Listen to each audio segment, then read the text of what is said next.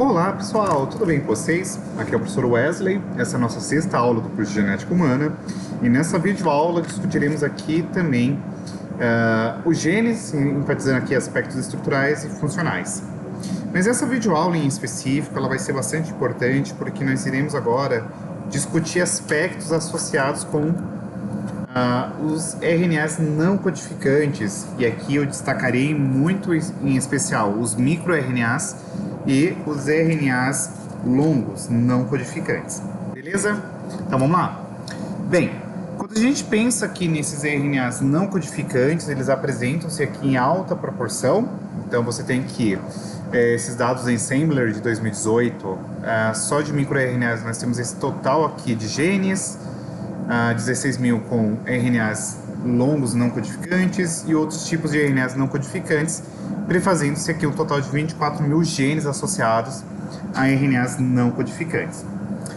E aí é interessante destacar que é importante porque nós veremos que esses RNAs eles podem estar associados com a diversidade de vários processos regulacionais e etc. Tá? Então, nesse sentido, a gente tem aqui o número de genes de RNAs não codificantes, né? Ó, RNA mensageiro, RNA pequeno nuclear e por aí vai.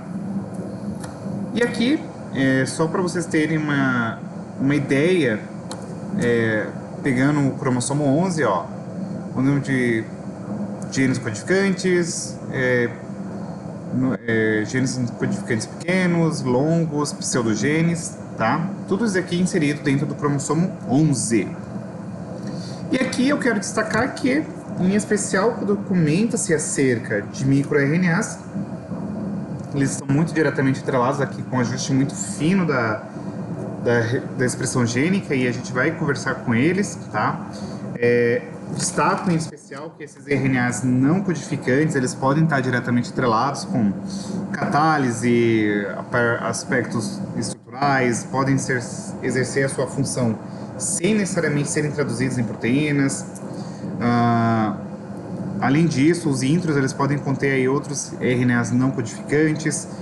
E para vocês terem uma noção, a gente pode destacar ainda que esse aspecto regulacional ele está associado ora com o tamanho desse gene, desse RNA não codificante, então nós temos aí os RNAs pequenos ou os longos RNAs, e também pela forma, né? Como o caso aqui dos RNAs circulares, beleza? Então aqui tem os vários tipos de RNAs não codificantes, então ribossomal, RNA de transferência, o microRNA, pequeno RNA de interferência, RNA 7LS, o nuclear pequeno, nucleorar, a ribonuclease P, RNA Y, as telomerasas, antissenso, e a gente vai discutir aquilo que é mais importante. Então, nesse sentido, a primeira ideia que eu quero trazer aqui é sobre os microRNAs, né? Os microRNAs são basicamente elementos muito importantes quando a gente pensa de maneira geral na regulação da transcrição e, sobretudo, a regulação da expressão gênica num período pós-transcricional. Então, a ideia central é que a gente está falando aqui de pequenos RNAs que apresentam entre 20 a 24 nucleotídeos, tá? A gente vai destacar muito especialmente aqui o RNA de interferência, que pode ser um processo natural, mas também pode ser utilizado aqui como um mecanismo para ferramentas aí de biologia molecular. Então, muito simplificadamente, a ideia central é o seguinte: você tem aqui a biogênese desse microRNA, tá? Ele acontece aqui no núcleo, e aí você tem dois complexos aqui proteicos, a DOSH e a PASHA, que vai formar um microRNA. Esse pré-microRNA ele vai ser agora um pré-microRNA, ele é exportado para a região citoplasmática, e sobre a ação da RISC, né, que é um complexo de inativação aqui, associado com a água, que é agonato, vai fazer com que haja aí a formação de fato desse microRNA. Por sua vez, o que acontece? Esse microRNA ele pode ter dois destinos. Ele pode fazer a inibição aqui do processo de transcrição, ou ele pode simplesmente ser degradado, tá? Então vamos lá. Qual que é a ideia então central? Esses microRNAs eles estariam associados aí com a regulação da expressão, de maneira a qual ele pode ora inibir a transcrição, quanto fazer a degradação aí desse RNA mensageiro. Então, a ideia central era o seguinte: antes das ferramentas geômicas, em especial aqui da genômica, o que acreditava-se que estava associado aí com a degradação do RNA mensageiro? A denialização, ou seja, você tinha aqui a deadenilase, que fazia a clivagem aqui da cauda poli-A, para quem não se recorda, é justamente aquela adição de uma cauda aqui poli-A, né, na extremidade 3', e o decap, né, que é tirar aqui o cap na cauda 5. E aí você tinha a degradação do RNA mensageiro.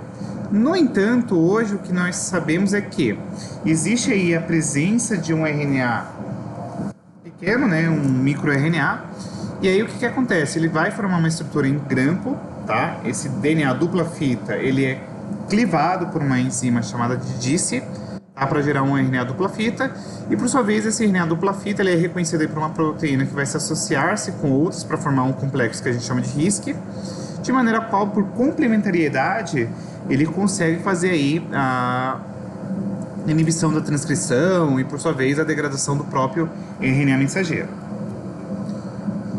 Então, a ideia é que, por complementariedade, você pode ter tanto a degradação desse RNA mensageiro, quanto, por sua vez, pode haver aí uma baixa transcrição e, por consequência disso, uma baixa tradução, tá? Então, a ideia central é que os microRNAs eles conseguem se ligar aqui na região 13'-TR do RNA mensageiro, fazendo uma inativação ou inibição aqui do processo de tradução. Um detalhe muito interessante é que você pode ter aqui algumas condições patológicas associadas aí com esses microRNAs, tá bom? Então, um exemplo clássico aqui de doença humana é a ceratocone, tá? Que está associada aqui com uma mutação da troca de C por T nesse microRNA. E a ceratocone, ele vai fazer o quê? Ele altera essa curvatura aqui da córnea, diminuindo a questão da espessura, o que vai prejudicar, por sua vez, a formação de imagem. E aí um detalhe agora, para ser muito direto, é que nós ainda temos aqui os long non-coding RNAs, os RNAs longos, tá? Que é um universo à parte, a gente ainda não tem muito bem esclarecido os processos, mas de maneira muito simplificada são RNAs que não codificam proteínas, tá? Apresentam um tamanho muito grande aqui, cerca de 200 nucleotídeos. Eles são transcritos aqui pela RNA polimerase, possuem aqui cauda poli-A e podem eventualmente estarem associados aqui com splicing alternativo. Um detalhe muito importante para além disso é que eles podem estar correlacionados com remodelamento de cromatina, podem ser esponjas de microRNAs, podem servir como scaffolds, podem estar associados com ativação ou supressão aí da transcrição, podem associar-se, por exemplo, com a modulação do splicing. De maneira qual, eles podem estar associados com uma diversidade de várias funções aqui biológicas, estabilidade, esponjas de microRNAs, como eu falei, pode estar associado aí com modulação de splicing, ativação ou supressão de processo transcricional. Então existe uma diversidade aí de vários processos associados a isso. Dentre os quais eu queria destacar aqui que um exemplo bastante clássico de RNA não codificante longo é justamente o XIST, tá? Que, por exemplo, as células do sexo feminino se submetem a um processo de inativação aleatória de um dos seus cromossomos X. Então, o que acontece? Quando você tem o X acima de 2 cópias, automaticamente você tem a inativação aleatória. E essa ativação aleatória está justamente aqui com o RNA XIST, que é um RNA longo não codificante. Claro que a gente tem outros elementos que podem ser explorados por vocês, como por exemplo o T6, o ISHIC, que são aí também outros elementos associados, que eu não vou me alongar muito nessa aula, mas eu prometo que numa aula posterior a essa, lá no final do curso, eu prometo fazer uma aula sobre epigenômica e aí a gente conversa com mais detalhes sobre isso.